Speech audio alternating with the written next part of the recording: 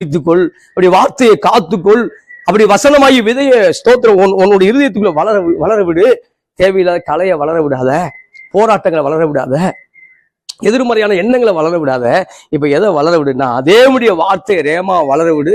நீங்கள் அமர்ந்திருந்து நானே தேவன் என்று அறிந்து கொள்ளுங்கள். ஆமென் சொல்லுங்க. அப்ப அவர் தேவன்கிற அறிவு நமக்கு இருக்கு, அதுல மாற்று கருத்து இல்லை.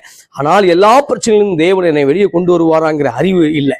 அப்ப அந்த அறிவு வளர வேண்டும் என்றால் என்னுடைய ஆன்மா அவருடைய ஆன்மாவோடு இணைக்கப்பட வேண்டும். அப்ப நம்முடைய ஸ்தோத்திரம் நம்முடைய வல்லமை, நம்முடைய வல்லமையான ஜெபம் அவரோடு ஸ்தோத்திரம் இணைக்கப்படணும், அந்த பிரசன்னம் இணைக்கப்படணும். அப்பதான் நிச்சயம் சில காரியத்திலிருந்து வெளியே வர முடியும். ஆமென் சொல்லுங்களேன்.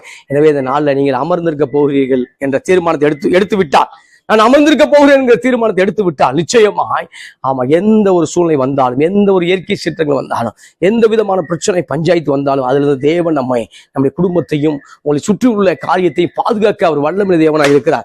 ஏனென்றால் தேவன் உங்களுக்கு அடைக்கலமாக இருக்கிறார், தேவன் உங்களுக்கு துணையாக இருக்கிறார். நான் முடிக்க விரும்புகிறேன். அப்ப சங்கீதம் 46:11 நிறைவு செய்கிறார், மறுபடியும் ஞாபகப்படுத்தி நிறைவு செய்கிறார். சேனையின் கர்த்தர் நம்மோடு இருக்கிறார், யாக்கோபின் தேவன் நமக்கு உயர்ந்த அடைக்கலமா இருக்கிறார். அப்ப சேனையின் கர்த்தர் உங்களோடு இருக்கிறார், யாக்கோபின் தேவன் உங்களுக்கு அடைக்கலமா இருக்கிறார். நீங்கள் பயப்பட வேண்டிய அவசியம் இல்லை. பயத்தில் ஆவிலிருந்து இன்றைக்கு வெளியே வாருங்கள். இப்பொழுதே கட்சினா, இப்பொழுதே கர்த்தர் அற்புதம் செய்ய விரும்புகிறார். இப்பொழுதே தேவனுடைய வல்லமை உங்கள்